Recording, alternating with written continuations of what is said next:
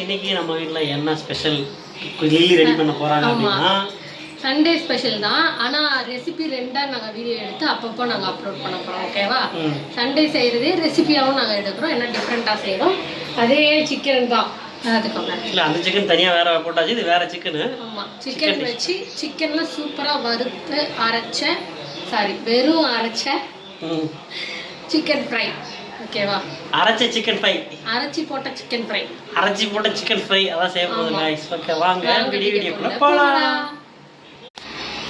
இப்போ 3/4 kilo chicken வாங்கி சின்ன சின்ன பீஸா கட் பண்ணி வாங்கிருக்கீங்க. ஓகே. அப்புறம் போடுறதுக்கு கொத்தமல்லி கருவேப்பிலையும் இன்கிரிடியன்ட்லாம் இதுதான். ஆமா, கொத்தமல்லி கருவேப்பிலை, அப்புறம் ஒரு 15 காஷ்மீரி சில்லி, சரி, கொஞ்சமா சோம்பு, அது கூடவே உரிச்சி வச்சிருக்க சின்ன வெங்காயம். மெயினாக இதுக்கு சின்ன வெங்காயம் தான் போடுவோம், அதுதான் டேஸ்ட்டாக இருக்கும்.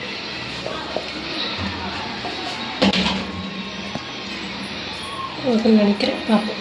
போதும், ரெண்டாவது கூட அரைச்சிங்க. ஆமாம், இதை வந்து கோர்ஸாக அரைச்சிக்க போகிறோம். அது கூடவே இஞ்சி பூண்டு பேஸ்ட்டு மறந்துட்டேன். 3/4 கிலோவுக்கு தேவையான இஞ்சி பூண்டு பேஸ்ட். வீட்டில் பேஸ்ட் இருந்தனால நான் பேஸ்ட்டு போட்டேன். உங்களுக்கு இஞ்சி பூண்டு பேஸ்ட்னா தனித்தனி இஞ்சி பூண்டையும் போட்டுக்கலாம். ஓகேவா? ஓகே. இப்போ இதை கோர்ஸாக, அதாவது குறகுறப்பாக அரைச்சிக்கணும். அதுக்கு பேர் தான் கோர்ஸா? அப்படியா? ஆமாம். ஆனால் எனக்கு இப்போ கோர்ஸாக வருதான்னு தெரில, பார்ப்போம். குறன்னு அரைச்சிக்கணும் காய்ஸ், அவ்வளோதான். உங்களுக்கு வந்தால் அரைச்சி காட்டு. குறன்னு வந்து விட்டது. குறன்னு அரைச்சிருக்கேன். கோர்ஸாக அரைச்சாச்சு. இப்போ இதுக்கு மேரினேட் பண்ணிக்கலாம். இப்போ சிக்கனை போட்டுக்கலாம்.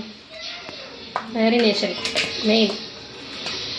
தண்ணி எல்லாம் பிழிஞ்சிட்டு சிக்கனை மட்டும் போட்டு கோர்ஸாக அரைச்சி வச்சோம் இல்லையா, கோர்ஸ் பேஸ்ட், அதை வந்து இதில் சேர்த்துக்கலாம்.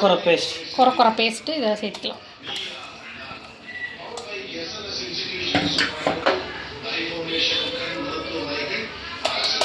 காரத்துக்கு வெறும் மிளகாத்தூள் கொஞ்சமாக போட்டுக்கிறேன். அடுத்து உப்பு,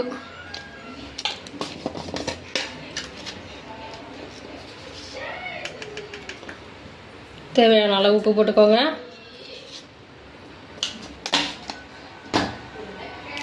லெமன் ஜூஸ், ஒரு லெமன் போடுறேன் நான். ஓகே.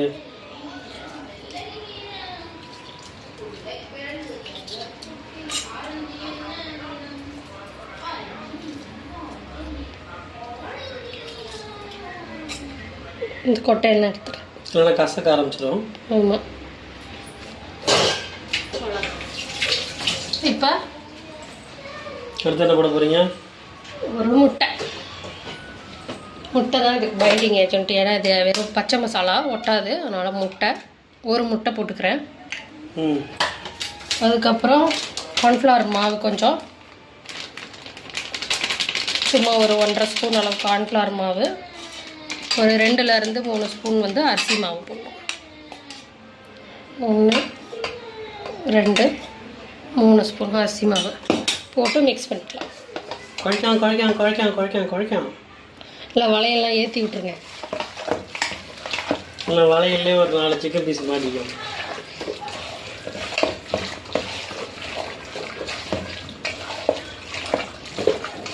இப்போ மசாலா வந்து இன்னும் கொஞ்சம் வேணும்.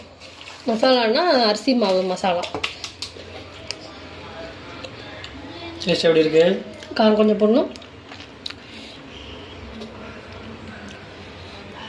இப்போ அரிசி மாவு கார்ன்ஃப்ளவரும் இன்னும் கொஞ்சம் சேர்த்துக்கிறேன்.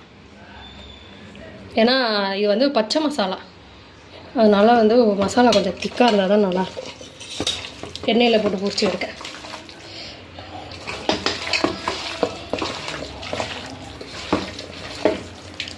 கார்ன்ஃப்ளவர் கொஞ்சம் கொஞ்சம் கொட்டி விட்டுருங்க.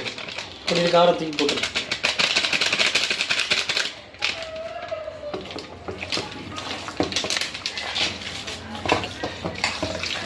ஓகே. இதை இப்போ பெரட்டி ஒரு 1/2 மணி நேரத்துலேருந்து 3/4 மணி நேரம் ஊற வச்சுக்கலாம். அப்போ தான் டேஸ்ட்டாக இருக்கும்.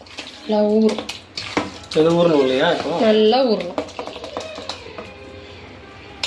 மேரினேட் பண்ணியாச்சு. மேரினேட் பண்ணணும். மேரினேட்டுக்கு மசாலா போட்டாச்சு. மேரினேட் அதுவும் ஆகணும். எஸ். ஒரு மூடி போட்டு நம்ம போடுங்க, வெயிட் பண்ணுவோம். நம்ம ஏன்னா இங்கே கறி ஊறிடுச்சு, மேரினேட் ஆகிவிட்டது. ஆமாம். ஓகே, எண்ணெய் ஊற்றுவோம்.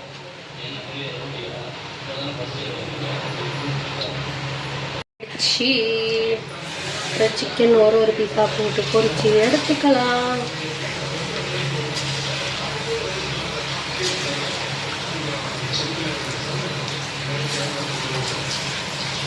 மசாலா நல்லா பிடிச்சிருக்கா? அது இதுக்கப்புறம் தான் தெரியும். நாங்கள் ஃபஸ்ட்டு பேட்ச் போடுறோம். ஃபஸ்ட்டு பேட்ச் போட்டதுக்கப்புறம் தெரிஞ்சிடும் எப்படி இருக்குது. பிடிக்கலன்னா கொஞ்சம் அரிசி மாவு சேர்த்துக்கலாம். ஏன்னா முன்னையில சொல்கிறேன், இது பச்சை மசாலா பவுடர். மசாலாக்கும் அதுக்கு என்ன வித்தியாசம்? மசாலா பச்சையா, அதாவது ஈரப்பதமாக இருக்குல்ல, நம்ம முன்னே என்ன போடுவோம், கான்ஃபிளவர் மாவு, அரிசி மாவு, மிளகாத்தூள், இந்த மாதிரி தான் போடுவோம். இப்போ நம்ம எல்லாமே பச்சையாக போட்டிருக்கோம்ல, அரைச்சி தண்ணி சத்தோட இருக்குல்ல, அது வெறும் பவுடரு, ட்ரை, கொட்டாமல் வரணும். அதுதான் இப்போ இதில் வந்து பெரிய டாஸ்க்கு. கொஞ்சம் நல்லா முருகை விட்டு எடுத்திங்கன்னா ஒட்டாமல் வரும்னு நினைக்கிறேன். ஓகே, திருப்பிக்கலாம். முறுமுறுன்னு வரும்னு நினைக்கிறேன். ஒட்டலை, ஓகே தான். மசாலாவும் எதுவும் பிரியல, போட்டது போட்ட வாக்கில் தான் இருக்கும். சக்ஸஸ்ஃபுல் தான் நினைக்கிறேன்.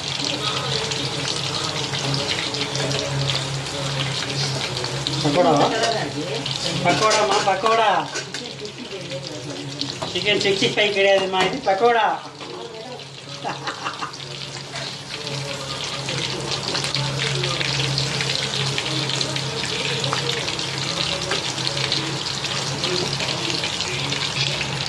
ஓகே, இப்போ பாருங்கள், சூப்பராக மொறுன்னு ஃப்ரை ஆகிட்டுருக்கு. சிக்கன் மேக்ஸிமம் குக் ஆகிடுச்சு. இப்போ எடுக்க வேண்டிய ஸ்டேஜ் வந்துட்டோம்.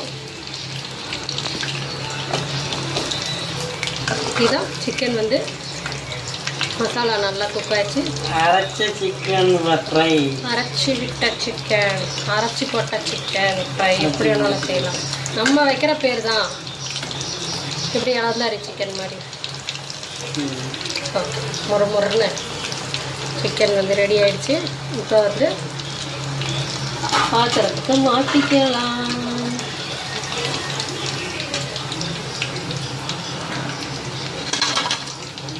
சத்தம் கேட்கும்னு நினைக்கிறேன். முறுன்னு இருக்குது.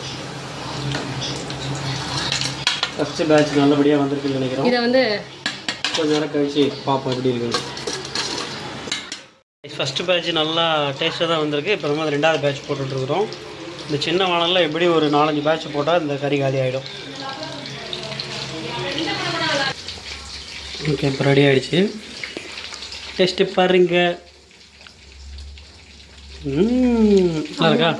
கரண்ட் வேறு போயிடுச்சு கைஸ். ரொம்ப ஸ்பைஷியாக இருக்குது. அப்புறமா பிளேட்டிங் பண்ணுங்கள்.